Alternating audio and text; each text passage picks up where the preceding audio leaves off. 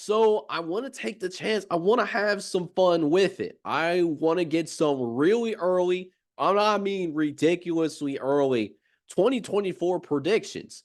Now, this would be subject to change. I'll probably revisit things as we get closer to games happening on the field in August.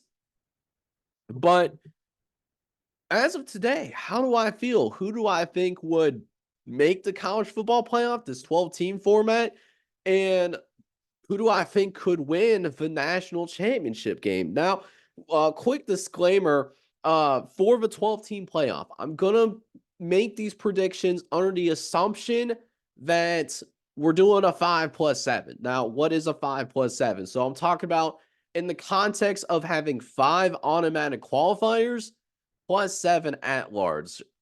Not because I've heard chatter of them transitioning from the 6-6 to the 5-7 with the dismantling of the Pac-12, but also, but also, um, we're also looking at. I just don't see the college football playoff being comfortable with allowing two group of 5 teams into the playoff automatically.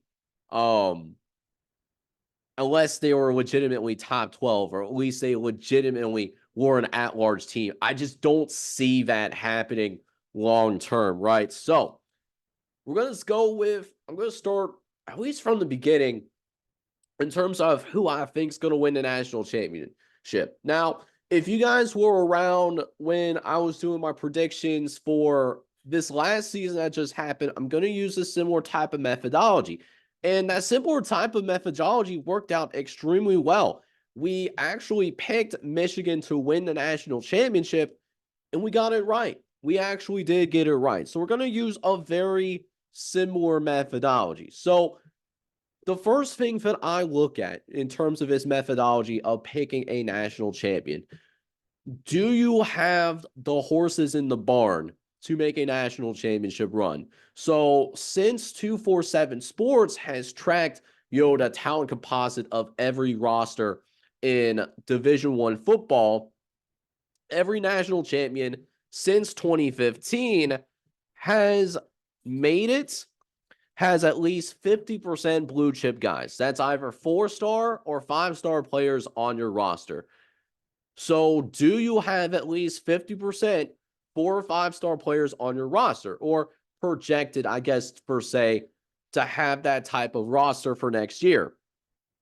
So, we are looking at, how things are going in total recruiting through the transfer portal, and we eventually found 15 teams that are projected to have at least 50% 4 or 5-star players.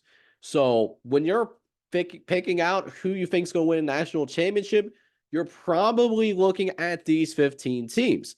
From the SEC, for example, we're looking at Alabama, Georgia, Texas. It's going to be a little bit getting used to some of these new conference realignments, but we're going to roll with it. Texas, Texas A&M, Oklahoma, LSU, and the Florida Gators from the SEC. From the Big Ten, got Ohio State, Oregon, Penn State is in here as well, and Michigan is in here. Notre Dame as an independent is up in here. I think I mentioned Penn State. I don't know if I did or not. Uh, ACC got Clemson and the Miami Hurricanes. Oh, and USC. USC is a Big Ten team, but they will be considered. They were originally in the Pac-12. Some weird conference realignments, but these are the 15 teams that I think have a somewhat realistic shot of winning a national championship if things fall in their direction, right? These 15 teams meet the blue chip ratio. Now, the very next thing that we ended up looking at was, have you won at least 10 games in the previous season? And when we're looking at teams that have won at least 10 games, again, looking back to 2015, at least every national champion has won at least 10 games in the previous season. So they were relatively close. No team's going to go from 7-6, for example, to suddenly being a national champion. It just hasn't happened in modern college football. And right away, we're down to just 10 schools. So we actually do remove Florida. Florida is not even in a bowl game. Miami only won like 7 games. USC, they won their bowl game, but they only won 8 games. So USC and them are out. Texas A&M, they're also out as well. And the other school that I think might be out, let's see, Florida, Miami, USC, um, not LSU, not Oklahoma. Oh, Texas A&M. Texas A&M would be out as well. Texas A&M did not win 10 games. So we're down to 10 just from those two criterias. And we have more criterias that we have. Like, do you have a starting quarterback as well? Do you have a starting quarterback on your roster that is established? Either have the experience on your team directly, or did you get a quarterback with starting experience on your roster? And we're down to 8 already. Alabama has Jalen Milroe. Georgia has Carson Beck. Ohio State, they managed to get Will Howard in the transfer portal. Notre Dame got Riley Leonard in the transfer portal. Texas has Quinn Ewers staying for his senior year. He is not going into the NFL draft. That's a huge pickup for the Texas Longhorns. Oregon got Dylan Gabriel. They also picked up Dante Moore in the transfer portal as well. So they actually have 2 quarterbacks that could help Oregon fit this criteria. Penn State, Drew Allar, maybe not the best big-time gamer, but, Drew Allar, I think he's going to grow. I think he's going to continue to get better, and he's going to have more talent around him in that wide receiver room. And then Clemson, Cade Klubnik of Clemson. Oklahoma, I know Jackson Arnold is going to start. I know there's a lot of hype around Jackson Arnold. While he looks promising, I will say that he does absolutely look promising. Here's the thing, right? We've seen 5-star busts as well. We have seen like DJU like have flashes in the year before. Who's the quarterback that that DJU took over for when he got hurt?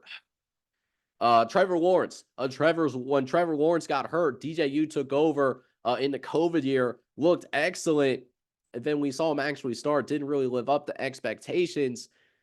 Jackson Arnold could be the next big thing in Oklahoma, but we truly don't know that until he gets a significant playing time. So that's why I left Oklahoma off. And for Michigan, I have no idea who's going to start for Michigan. JJ McCarthy did declare for the NFL draft. Unless if he decides to come back to school and change his mind, I left Michigan off this list. So I don't see the Michigan Wolverines winning a national championship 2 years in a row. I don't see it. Now, we got these 8 schools remaining. So at this point, I start looking for who might have the most complete team in college football. So I look at teams that had both a top 10 offense and a top 10 defense this past season. And there are actually 3 schools that actually met this: Oregon, Notre Dame, and Georgia. Now, when I was making this prediction last year, only one team fit that. That was the Michigan Wolverines. So if you're looking for national championship bets, Oregon and Notre Dame would bring you some value if you want to pick Oregon or Notre Dame to win the national championship. I think there would be some values because both those teams, I think, have plus 1,000 odds or higher. But I think my initial pick to win the national championship in 2024, I think it's going to be Georgia. Georgia has the only team in America where they had a top 5 offense and a top 5 defense in points per game. So Georgia going to have maybe the most complete team in America next year.